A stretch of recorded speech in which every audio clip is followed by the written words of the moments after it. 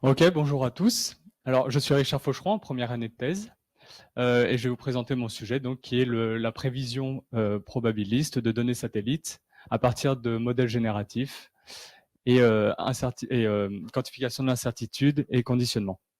Donc, c'est une thèse co-dirigée au CESBio par Sylvia Valero et Céline Gurol au CERFAX.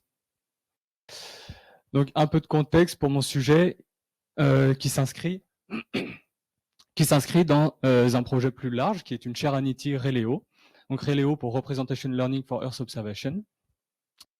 L'objectif du projet ReLEO, c'est de pouvoir reconstruire des cartes de variables essentielles à partir de séries temporelles d'images satellites, mais également de données d'observation de la Terre plus généralement. Donc, on va avoir des données climatiques, des données météo, de topographie, des mesures in situ, etc. Et les variables essentielles, alors, ce sont des variables listées par le GECOS, une institution européenne, qui en fait désigne des variables physiques, chimiques, qui permettent de caractériser le climat de la Terre de manière critique. Donc ça fait une cinquantaine de variables et plus de la moitié sont mesurables par satellite, mesurées par satellite. Alors, ce projet soulève un certain nombre de points. Déjà, il doit pouvoir gérer des configurations de données en entrée très différentes. Donc, comme je le disais, avec des séries temporelles d'images satellites. Donc, comme on voit sur ce schéma, des données optiques, radar, thermiques, mais également des données auxiliaires, comme le climat, la météo. Et le but du projet est donc de créer des représentations à partir de cette collection de données, donc batch par batch. On veut générer une représentation compressée, jointe de toutes ces données, à partir desquelles on peut ensuite, avec un décodeur, retrouver des cartes de variables essentielles qui seront ensuite passées dans des simulateurs physiques qui, eux, vont recalculer de nouveau les réflectances telles qu'elles seraient vues par les satellites. On a donc en entrée et en sortie de tout ce système des données similaires qui peuvent être comparées et on peut calculer une fonction de coût à partir de ça et donc entraîner tout ce système d'une façon autosupervisée, ce qui permet de pallier au manque de données labellisées en observation de la Terre. Donc pour ce faire, on veut améliorer donc, la précision et aussi avoir une notion de confiance dans nos générations de cartes de variables essentielles. Pour ce faire, il y a 3 points qui seront étudiés dans ce projet. Donc, informer par la physique, c'est-à-dire intégrer, comme je l'ai dit, intégrer dans l'entraînement des modèles physiques qui permettent de contraindre les sorties de nos réseaux de neurones. Ensuite, la quantification d'incertitude. Donc là, il s'agit, dans la représentation latente ici, d'injecter de l'aléatoire, ce qui permet d'avoir des reconstructions avec une certaine variabilité et donc de mesurer la certitude du modèle dans ces reconstructions. Et enfin, du conditionnement. Donc, de 2 façons. Du conditionnement, d'abord pour pouvoir dire au réseau de neurones qu'est-ce qu'on veut avoir en sortie, donc à quelle date, à quelle résolution, etc. Et surtout du conditionnement aussi pour introduire, lors de la génération des variables essentielles, de l'information supplémentaire. Et enfin, prendre en compte le changement de dynamique, c'est-à-dire que le climat d'aujourd'hui n'est pas le même que le climat d'il y a 10 ans ou 20 ans. Et donc, ce gros système, donc un modèle de fondation qui est très lourd à entraîner, on ne veut pas avoir à le réentraîner tous les 2 ans. Donc, l'idée, c'est d'utiliser 2 familles de méthodes. Donc, l'assimilation de données qui permet de prendre en compte de nouvelles acquisitions pour corriger nos reconstructions sans mettre à jour les poids de nos réseaux de neurones. Et la deuxième famille de méthodes, c'est l'apprentissage continu qui, lui, avec les nouvelles acquisitions, va modifier les poids de notre réseau de neurones. Donc moi, dans tout ça, en fait, mon sujet de thèse, parmi les plusieurs sujets de thèse qui sont englobés par ce projet ReLEO, mon sujet de thèse s'inclut dans cet encadré vert. Donc, moi, l'intérêt, c'est d'abord de travailler avec des données multimodales, comme je le disais tout à l'heure, de en retirer une représentation compressée de toutes ces données et introduire une notion de probabilité dans cette représentation. C'est-à-dire, on va considérer qu'on a des paramètres d'une distribution. Ensuite, cette représentation latente, la particularité, c'est qu'on va vouloir, avec un surrogate modèle, la propager dans le temps, de façon à pouvoir reconstruire ensuite, à des temps ultérieurs, nos cartes de variables essentielles. Et cette propagation, on veut pouvoir le faire avec du conditionnement, c'est-à-dire pouvoir intégrer des données comme des prévisions météo ou bien des scénarios climatiques, et ainsi reconstruire des variables essentielles adéquates.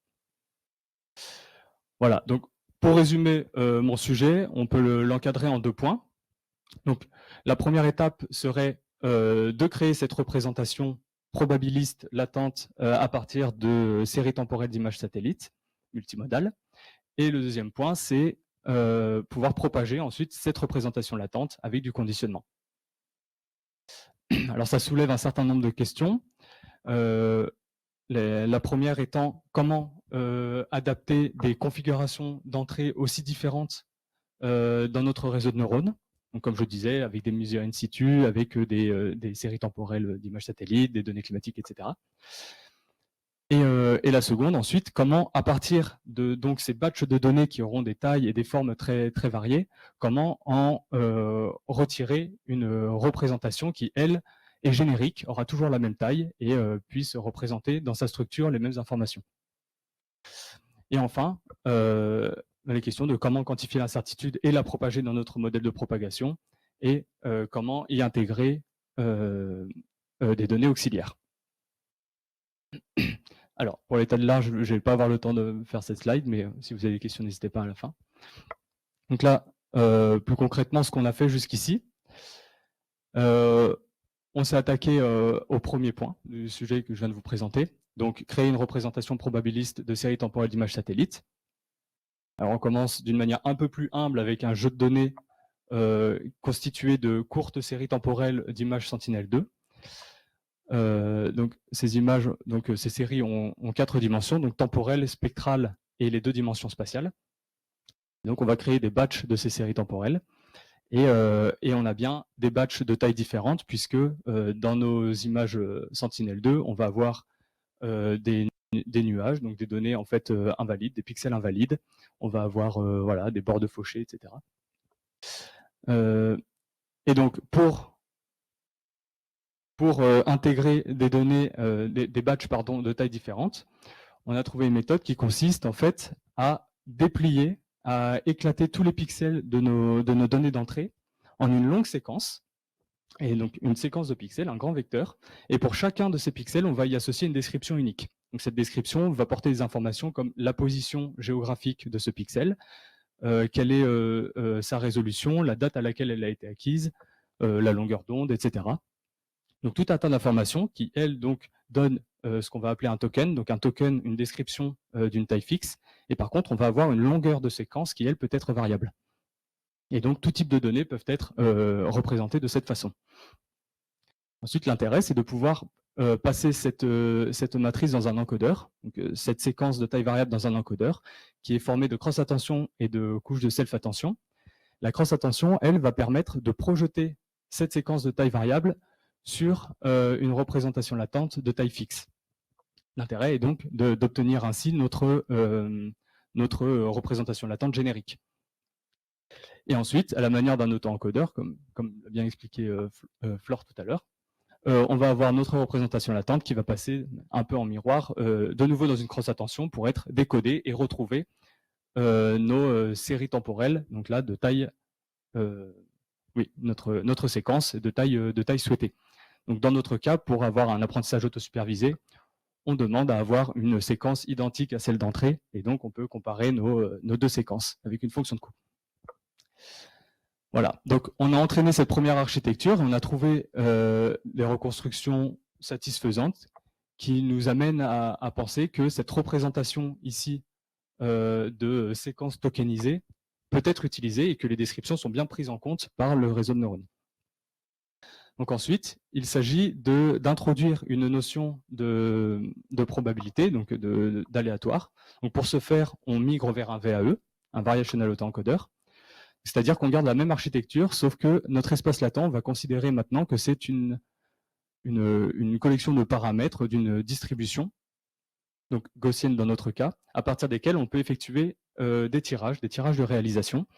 Donc on va tirer une réalisation qu'on peut décoder, et on en est là. Donc là, on a on est en train de tester plusieurs stratégies.